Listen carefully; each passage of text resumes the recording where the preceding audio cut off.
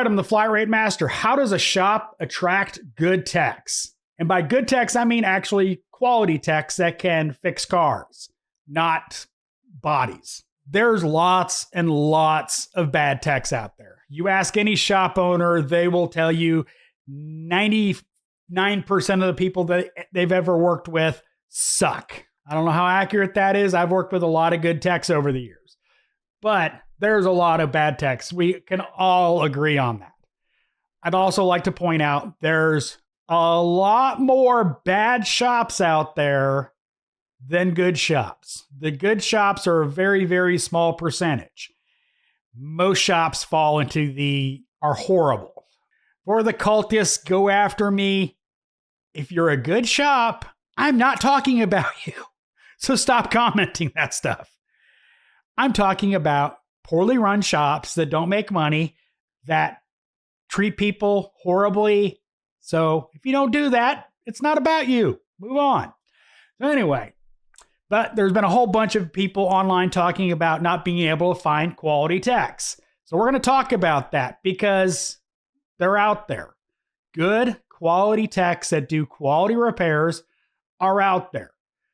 The reason your shop isn't attracting them is probably several reasons, and most of them involve you. So let's talk about some of the reasons why shops, supposedly good shops, can attract good technicians.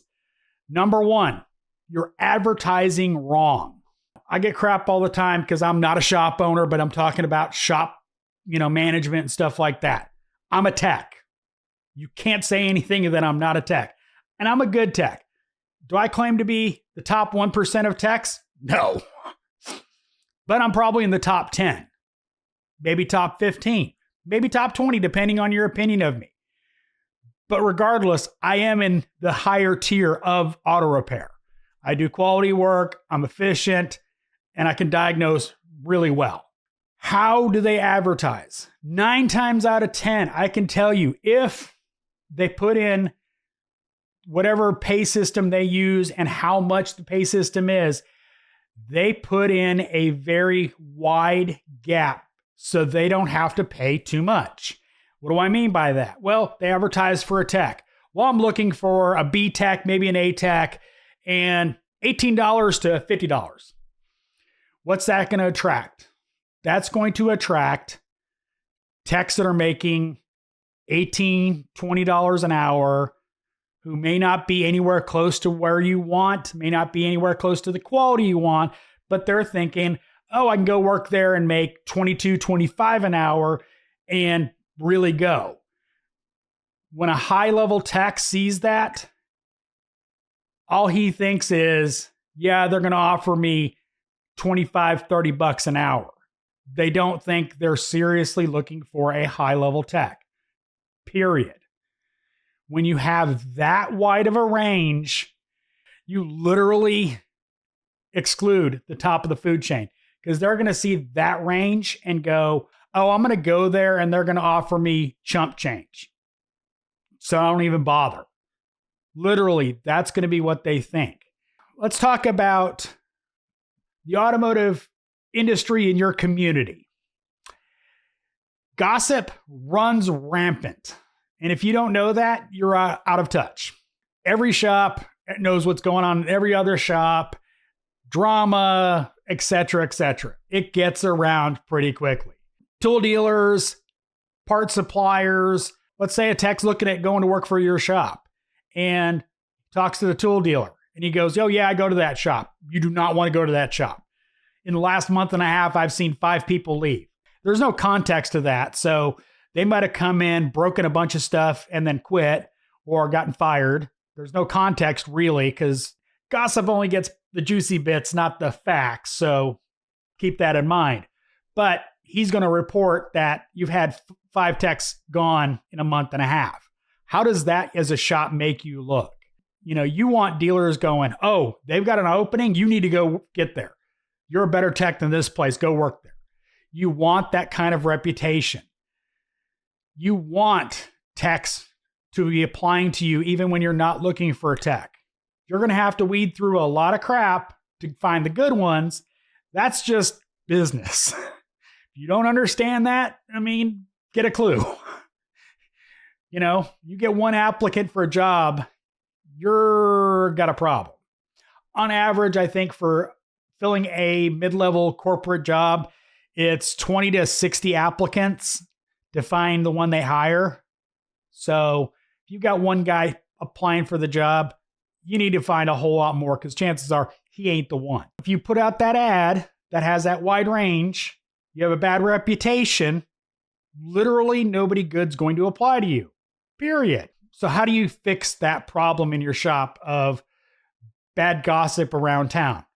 Well, one, stop hiring somebody that has a pulse. And if it costs you some money, it costs you some money because a bad technician is going to cost you even more money and you're paying him to screw your business. So stop hiring any guy that can fog a mirror. Hold off on hiring until you find the right candidate and just deal with a lower income until you find the right candidate. Because continuing to have a revolving door is just decreasing your reputation. Every time you do that, it gets around. Oh yeah, 2 more techs quit out of XYZ. Nobody's going to want to come work for you. So stop it. Work on finding the right candidate and then hire them and then pick up steam instead of, I got to get somebody in here that's can fog a mirror and they're just going to screw you over. So stop it. Work on building your reputation back up so people want to work for you. When you're interviewing somebody, how does the shop actually appear to them? If it's a junk hole and there's trash everywhere and it looks horrible, nobody looks happy, good quality candidates aren't going to take the job. You know, even if that atmosphere is 100% fake, happy employees are more likely to get good technicians to come on board. Because if everybody looks miserable, everybody's going to be miserable. So, you know, atmosphere is also important. Toxic work environments are what they are. And most toxic work environments come from the top. It's not that hard to see a toxic work environment when you're interviewing. You get to that interview, you got a good candidate, think you might actually be able to fix a car, not just fog a mirror. And you go to walk them around the shop. Nobody looks happy. Everybody's stressed. You know, while that's happening, you got a service writer yelling at a tech. Do you think he's going to take the job? Look at your atmosphere. Does it look happy from the outside? You're there every day. Chances are you're going to completely ignore that tech getting his butt ripped because you probably see it every day. Look at how your shop actually looks from the outside. You know, phone a friend that doesn't work in the industry and have them walk around the shop during the day and see how it appears to them. Shops all the time call coaching people, and part of the reason why they work is they come in and see all the stuff that an embedded owner can't see. Same thing with how your shop appears to a prospective employee. Does it look like a place they want to work? And the answer is probably no. Probably another reason why you can't find good help. Hope you found this helpful on the technician side because, well, you can't find help, but there's good techs out there, so might be you, not them. Hope you enjoyed this video. As always, thanks for watching. I am the Flat Rate Master.